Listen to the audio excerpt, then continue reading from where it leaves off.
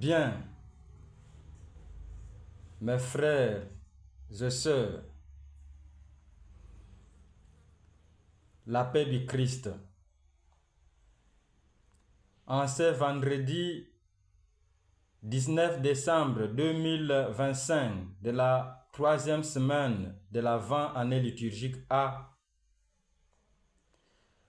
les textes sacrés, à savoir Juges chapitre 13, versets 2 à 25, texte entrecoupé, Luc chapitre 1er, du 5e au 25e verset, nous propose de méditer sur le silence de Dieu. Le silence de Dieu n'est pas son absence. Le silence de Dieu n'est pas son oubli. Le silence de Dieu n'est pas synonyme de son refus. Non. Zacharie et Élisabeth ont prié pendant des années sans réponse visible, sans fruit de leur prière. Leur vie, chers frères et sœurs,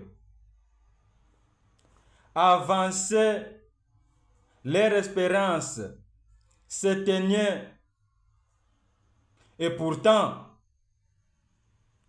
Dieu n'était pas absent, malgré son silence. Dieu préparait silencieusement le bon moment. Dieu savait à quelle heure il devait leur donner des réponses favorables. Le ciel, mon frère, ma soeur, peut sembler silencieux pour toi, pour ta demande, pour ta préoccupation. Mais Dieu travaille dans l'invisible pour qu'il étonne le monde, pour que le monde soit étonné lorsque il effacera ta honte. Le retard de Dieu n'est pas un refus. D'ailleurs, Dieu n'est jamais en retard. Mais peut-être c'est nous, parfois c'est nous qui sommes pressés. Le silence de Dieu est souvent un espace sacré où il façonne une réponse plus grande que ta demande. Même si tu ne vois rien, même si rien ne bouge autour de toi, mais sache-le, Dieu est là. Il n'a pas oublié ta prière. Il ne t'a pas abandonné.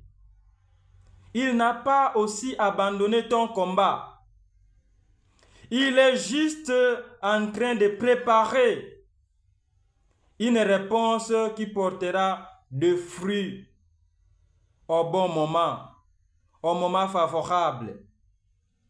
Reste alors fidèle, mon frère, ma soeur, comme Zacharie, comme Élisabeth, comme la femme de Manoah, la future mère de Samson.